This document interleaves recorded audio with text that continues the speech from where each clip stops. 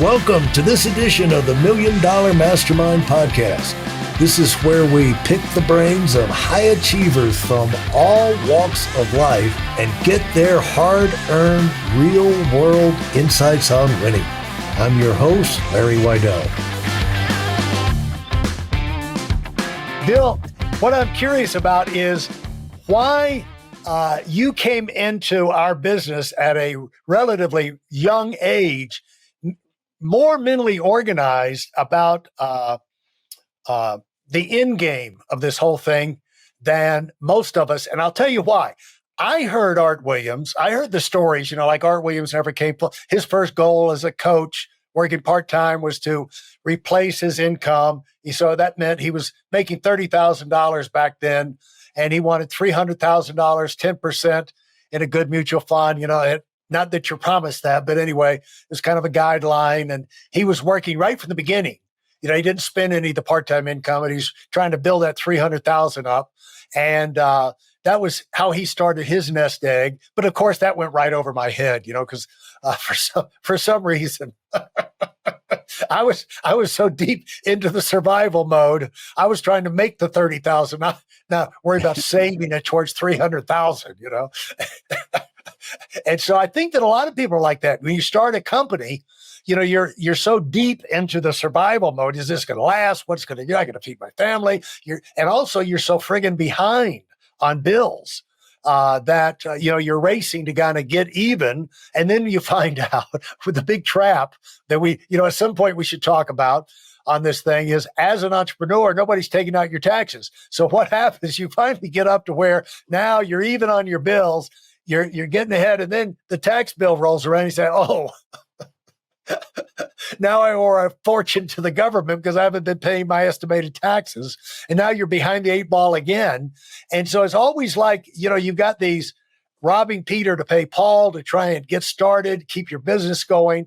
That's what entrepreneurs roll through. It's typical. And so when you hear these stories about wealth building and this, that, and the other, doesn't have the immediate impact. And what does not happen quick enough is where you would shift into the wealth building format. But you had that right from the beginning. And why do you think that was the case? Well, thank you, Larry. I came from a mother and father, both factory workers. I'm from South Side of Chicago. And I always wondered, how come the rich people are rich and how come we were broke? And how come we are robbing Peter to pay Paul? And, we can't afford this, we can't afford that. And I remember driving through rich people's neighborhoods wanting to knock on their doors and said, how come you live there and how come we live where we live? And I think, Larry, the point you're making is, I think a lot of people get into that mindset. And unfortunately, it's like putting the cart before the horse. The reason why we start struggling financially, I got to pay my bills, because we haven't set financial goals. We go into a business for other reasons other than to make money, because we've been brainwashed and don't want to make money, just help people and the money will be there. And I found out very quickly that helping people, the money wasn't there. And ever since I can remember, I had a paper out starting at age 11. And I didn't want any dependence on my parents. I hated asking my parents for money. I didn't want to have to ask them to buy, a new shirt. I wanted to be able to pay for it myself.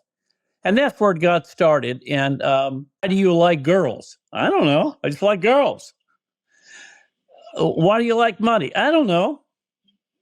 And most of us feel like we have to have a reason to give back or to help people or to give to charity, or I don't know why God put in my head I'm supposed to make money. I'm supposed to accumulate money.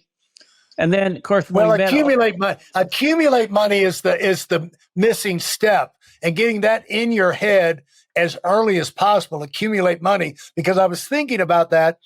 You never reach the point to where your assets are not important. For example, that you can assume that I don't have to worry about it anymore. No, you better keep your eye on it the rest of your life. That's why there's so much, with these family offices and with Buffett, with buy long-term investments and value and things like that. Is it's one thing to make a lot of money at nice big interest, but it's another thing for it to be secure.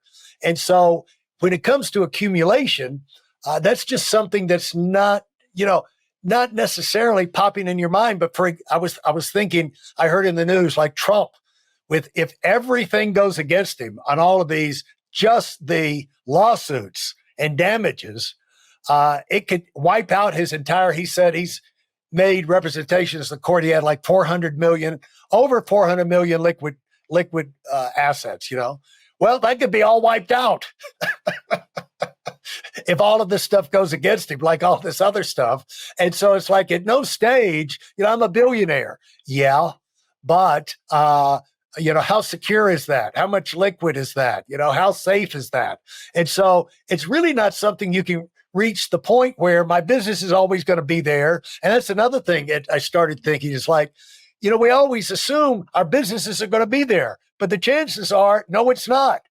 And even Jeff Bezos says, I can envision a world where there's no Amazon, because he's thinking ahead. He's just not assuming that. And we all know the top 500, top 1,000 in the Forbes, the top group, every 20 years or something, it's like fruit basket turnover. These companies disappear, new ones emerge. And so you just can't assume you're always going to have the job. The company's always going to be there. And you need to look out for yourself right from the beginning, don't you think?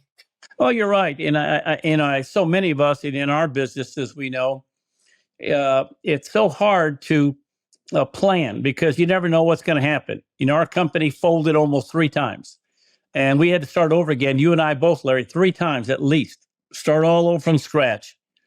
And I longed for the day when I thought about making money without having to work. That's wealth. And I thought about, if I can get $100,000 net worth and I can get 10%, that's $10,000 coming in and I don't have to work. And back in those days, we had people making $10,000 a year. And so it's like if I can get $500,000 at 10%, that's $50,000 a year without having to work. And that's without having to pay taxes on that $50,000 because it's not taxable yet. Yeah. So a net worth, proceeds from a net worth are greater than cash flow because no taxes, no expenses, and they just keep multiplying and accumulating. Larry, I think the biggest thing that I'm getting from our conversation today is what Omar and I try to do once a month. Let's talk about money. Let's not hide it. Let's put it out from underneath, behind the curtain. Let's just discuss it. And the more you talk about it, the more you hone your brain towards a money consciousness, because most people have a poverty consciousness, and that is exemplified by the scarcity and abundance mentality. Most people don't have an abundance mentality. They have a scarcity. There's not enough to go around. If you make too much, you're taking away from other people, which is not true. And so either you have a scarcity mentality, there's not enough to go around, I might not have any at the end of the month. You dwell on that and your mind gets stuck in that mental pathway versus the abundance. There's more coming in. I remember a story where during World War II, prisoners of war were in a camp. And they shut off the supply line, so everybody in the prison were starving, including the guards. They finally released. And after 25 years later, they had a reunion, and every wife said, "My husband is a hoarder of food." You see, Oprah Winfrey said, you can never be full if you've ever been hungry. So people that poo-poo money, it's not about the money. I know they've had a guaranteed paycheck. I know they've had that check coming in, probably a government worker, or even pastors. They got a guaranteed check coming in, so they poo-poo making money. But I'm telling you, if you've ever, like you and I, we lived on something called chargebacks, where we didn't know what the check was going to be, and we don't know when it's coming in. We didn't know how much it was going to be. You have to make up your mind. I'm gonna provide in winter, in good times, and in bad times. And that's the kind of mindset that we create in our monthly calls. The thing is that when you're an entrepreneur versus an employee, you have hit the nail on the head. You got the chance to make above average income, accumulate money, but you got also the opportunity to starve to death too. and you're not necessarily in charge of the majority of things that could go wrong, but you can protect yourself against things that go wrong. And I remember Frank Gifford was a longtime host of Monday Night Football after being the star running back, Hall of Fame with New York Giants. And someone was talking to him about what was the difference between somebody who was just a sportscaster describing the game down on the field versus, an ex-player. And he said, because the people who've never played the game have no idea the sheer terror of performing in the spotlight with the whole season on the line, with 50, 60,000 people screaming their lungs out, and the team gives you the ball and you got to get it in the end zone and not fumble. And the sheer terror and pressure of that, the excruciating thing, it's kind of like a professional golfer. Why do they miss on the 18th hole on Sunday to end a tournament? How do they miss a 2-foot putt like Scott Hoke did at the Masters one year? How do you miss the 2-foot? You get a green jacket, you get exemption the rest of your life. You're in the club and you miss the 2-foot putt. But they say the people that have, and I haven't been in that situation, but the people that have been, they say you get in that situation and you can't get your body to move. You're just frozen, And when you do get it to move, it's not a fluid stroke, it's jerk, and of course you just jerk it offline, And the thing is, when you get out there and you're the sheer terror of living under commission, if you're a salesperson, or to live off the profits of your business, that is a reality that cannot be, you can't describe that to someone else. You can't explain that to someone else, but you can use it to drive yourself to accumulate wealth. And even though it may not seem like a lot, like, you're probably making $1 million to be able to save up enough to where, you've got 500,000 or so saved anytime soon to where you can make 50,000. It's not the 50,000 in income from or interest off of your savings compared to what you're making now. It's it's a different kind of money.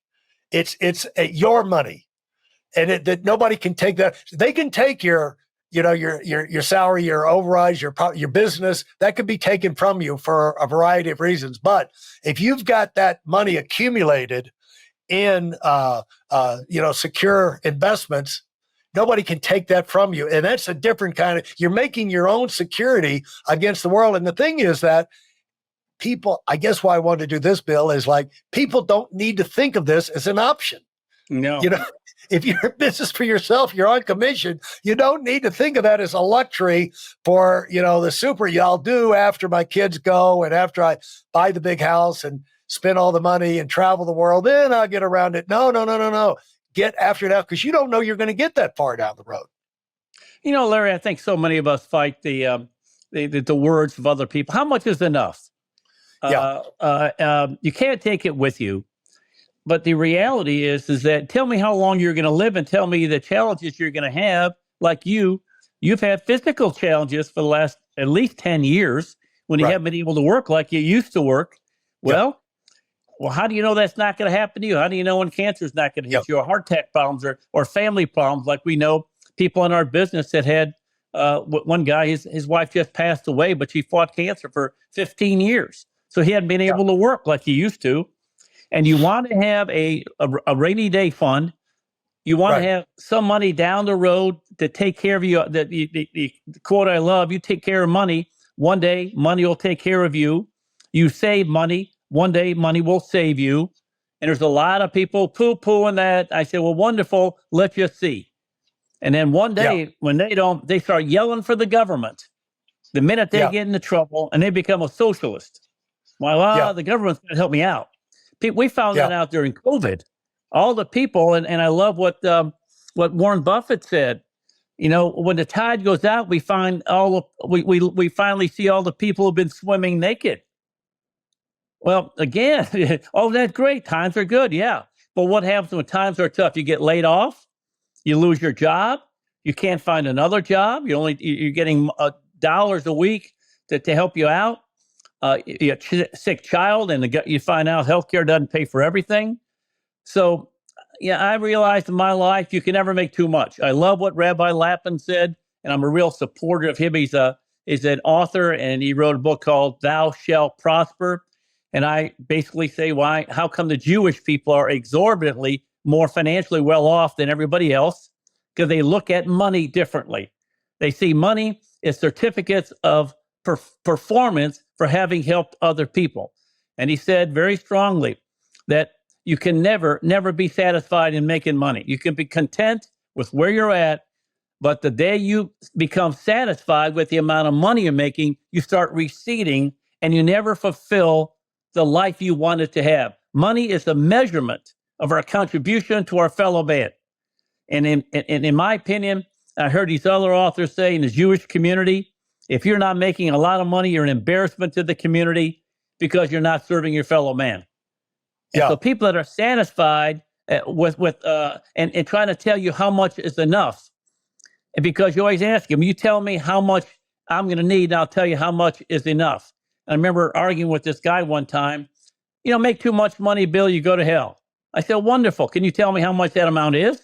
Because I'm going to make $1 less. And I get criticized for that, vilified for that. But, when people finally wake up and realize they're born in the money game, they're living in the money game, they're going to die in the money game. Larry, we've been in the money game all our careers, yet, we see people desperate for money. And they always call you up and they ask you for money because they know you got it. Churches, they tell you not to make any money, but the minute they need money for a building program, who do they call? People like yourself and me. Yeah. Well, you didn't like me before. Why do you like me now? Because you got money. Right. Yeah. They don't mind telling you how bad money is, but they never tell you how bad debt is. And strange, isn't it?